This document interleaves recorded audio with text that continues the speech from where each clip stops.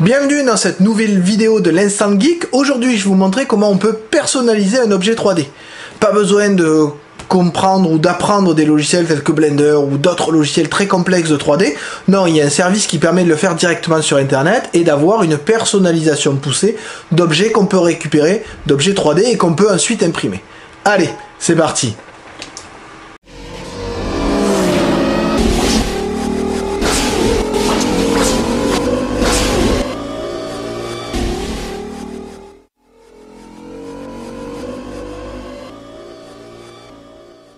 Alors pour modifier un fichier 3D simplement, on peut aller sur le site Thinkercad. Thinkercad est un site qui est géré par Autodesk. Il suffit de créer un compte, donc moi j'ai déjà un compte, je suis déjà enregistré, pour créer, vous le voyez, des projets. Créer un projet commence par ouvrir une fenêtre avec un plateau que l'on peut modifier après avoir bien entendu modifié le nom de l'objet. Je fais en sorte que ce plateau corresponde à ma longueur 30 et j'insère un fichier à l'intérieur, un fichier STL que j'ai déjà récupéré. Vous voyez que ce fichier est trop gros. Heureusement dans cet exemple-là, il y avait un modèle moins lourd que j'ai pu importer dans Thinkercad. Donc vous voyez que je peux modifier déjà la taille du fichier, ce qui est non négligeable, ce qui me permet de ne pas le faire sous Shitubox. Une fois que cette taille de fichier est modifiée, je peux aussi modifier l'orientation du fichier. Donc là, je vais l'incliner parce que le but de cette personnalisation, pour un cadeau de Noël, est de mettre un support qui va permettre de poser le cadre sur une table ou quelque part et qu'il puisse tenir. Donc j'utilise une fonctionnalité de Thinkercad, c'est-à-dire que j'ajoute des éléments simples comme des cubes, et ces cubes vont me permettre de modéliser, vous le voyez ici, un pied support. Alors, certes un pied support, mais je me suis dit après que je pourrais vouloir tourner le cadre. Donc pour tourner le cadre, j'imagine que ce pied support va se mettre dans une encoche qui sera solidaire avec le cadre. Donc une fois que j'ai créé le pied support, que j'ai vérifié qu'il ne dépassait pas, que la taille était correcte, qu'il était assez large, je vais pouvoir ajouter autour un autre cube, parce qu'effectivement les fonctions de copier-coller fonctionnent très bien. Donc une fois que ce support est fait, je rajoute un autre élément cubique qui va pouvoir s'insérer dans le premier élément qui sera solidaire du cadre. Donc je vérifie l'insertion. Alors vous me direz certes, mais là j'ai que des éléments qui sont emboîtés les uns dans les autres, il n'y a rien de mobile. Alors oui, sauf que Thinkercad a une possibilité, c'est-à-dire qu'il peut définir des éléments comme étant creux.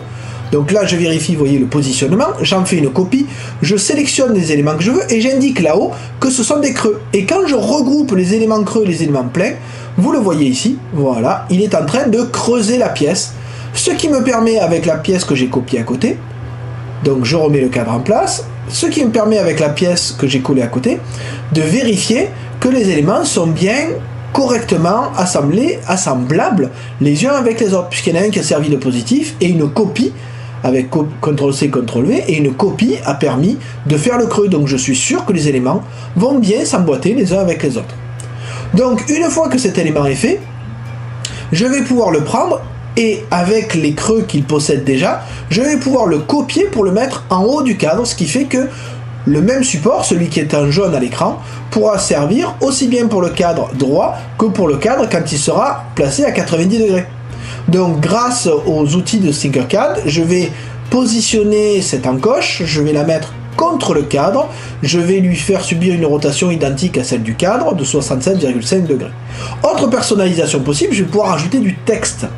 Donc là, vous voyez que j'en rajoute pour Chloé, vous devinerez que c'est un cadeau pour Chloé.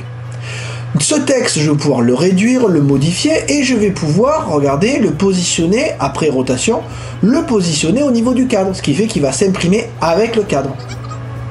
Donc là, j'ai vraiment un STL de départ que je personnalise.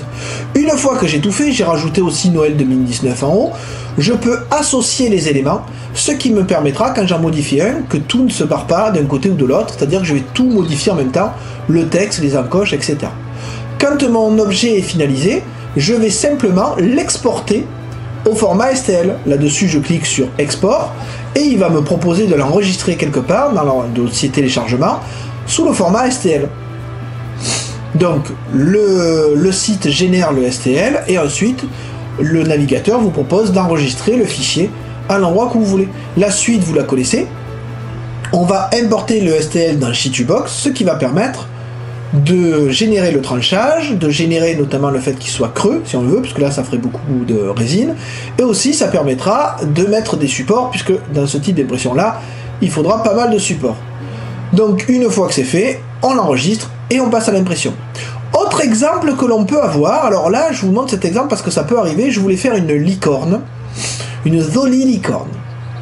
Donc même chose, je vais sous Tinkercad, je vais créer un élément, par contre là quand je vais importer mon fichier, donc je vais le chercher, importer, je vais chercher mon STL, jusque là tout va bien, et vous voyez, trop de faces, trop de polygones. Donc en fait il faut pouvoir le simplifier, je vais utiliser un logiciel qui s'appelle Meshlab 2016, je vais donc récupérer ce mesh, récupérer ce fichier, vous voyez qu'il a 316 000 polygones, c'est trop, et je passe par un filtre de simplification qui me permet de dire de recalculer le même, mais qu'avec 300 000 polygones. Je coche les options nécessaires pour avoir une forme qui reste correcte, et quand le calcul est terminé, vous voyez, je zoome, et j'ai pas une différence flagrante, et pourtant, vous le voyez en bas, il n'a toujours que 300 000 polygones, juste là.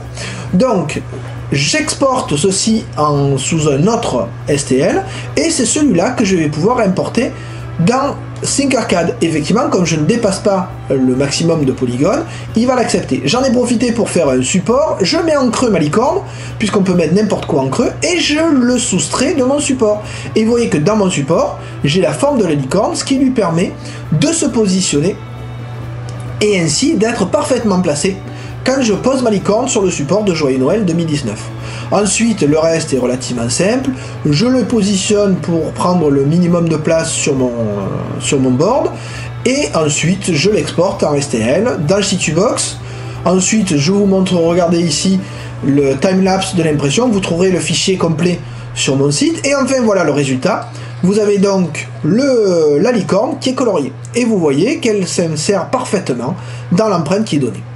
Donc j'espère que là vous avez quelques idées pour pouvoir personnaliser vos cadeaux de Noël. J'espère que cette vidéo vous a plu et que je vous verrai sur les prochaines, notamment sur comment utiliser des Posca avec une impression 3D.